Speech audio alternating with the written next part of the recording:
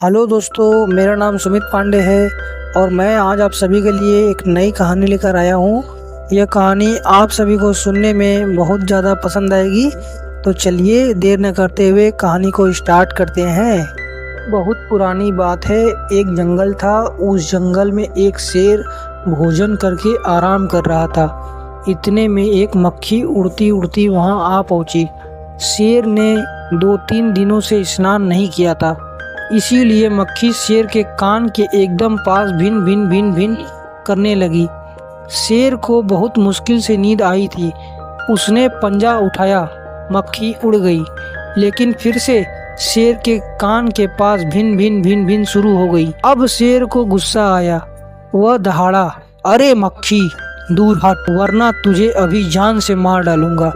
मक्खी ने धीरे धीरे कहा, छी छी, जंगल के राजा के मुंह से ऐसी भाषा शोभा नहीं देती। शेर का गुस्सा बढ़ गया। उसने कहा, एक तो मुझे सोने नहीं देती, ऊपर से मेरे सामने जवाब देती है, चुप हो जा वरना अभी। मक्खी बोली, वरना क्या कर लोगे? मैं क्या तुमसे डर जाऊंगी?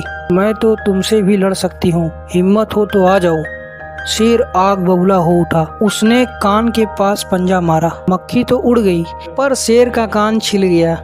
मक्खी उड़कर शेर की नाक पर बैठी तो उसने मक्खी को फिर से पंजा मारा। मक्खी फिर से उड़ गई। अब की बार शेर का नाक छिल गया। मक्खी कभी शेर के माथे पर बैठती, कभी गाल पर, कभी गर्दन पर। शेर पंजा मारता जाता और खुद को घायल करता जाता। मक्खी तो फट से उड़ जाती। अंततः शेर उब गया, थक गया। वह बोला, मक्खी बहन, अब मुझे छोड़ो, मैं हारा तुम जीती, बस। मक्खी घमंड में चूर होकर उड़ती आगे बढ़ी। सामने एक हाथी मिला।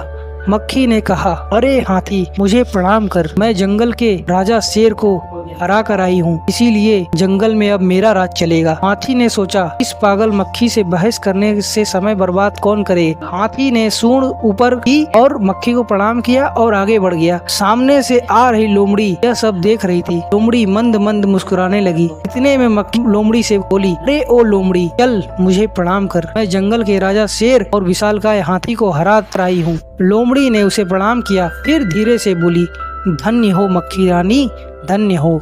धन्य है आपका जीवन और धन्य है आपके माता पिता। लेकिन मक्खी रानी, उधर वह मकड़ी दिखाई दे रही है ना, वह आपको गाली दे रही है, उसकी जरा खबर लो ना। यह सुनकर मक्खी गुस्से से लाल हो उठी।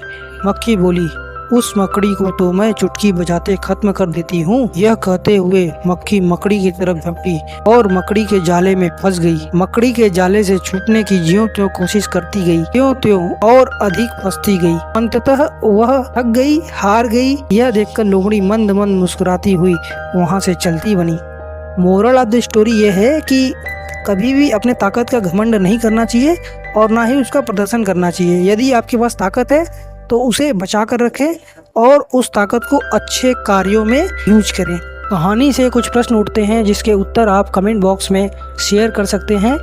पहला प्रश्न, शेर भोजन करके कहाँ आराम कर रहा था? दूसरा प्रश्न, शेर ने कितने दिनों से स्नान नहीं किया था? तीसरा प्रश्न, शेर मक्खी का कुछ नहीं क्यों बिगाड़ पाया? चौथा प्रश्न, मक्खी शेर को परेशान करने के बाद किसको मिली? पांचवा प्रश्न, सभी जानवरों में सबसे होशियार किसे माना जाता है? छठवां प्रश्न, मक्खी ने किसे चुटकी बजाकर खत्म करने की बात कही थी? सातवां प्रश्न, किसे सामने से आता देख लोमड़ी मंद मंद मुस्कुरा रही थी? आपकी बातें। नंबर 1, आपको इस कहानी में कौन सा भाग सबसे अच्छा लगा और क्यों? दूसरा प्रश्न, मक्खी मकड़ी के जाल में फंस गई थी, आगे क्या हुआ होगा? तीसरा प्रश्न, आप चुटकी बजाकर क्या क्या काम कर सकते हो? चौथा प्रश्न, इस कहानी को सुनने के बाद आपको क्या सीख मिली? पांचवा प्रश्न, अगर आप शेर की जगह होते तो क्या करते?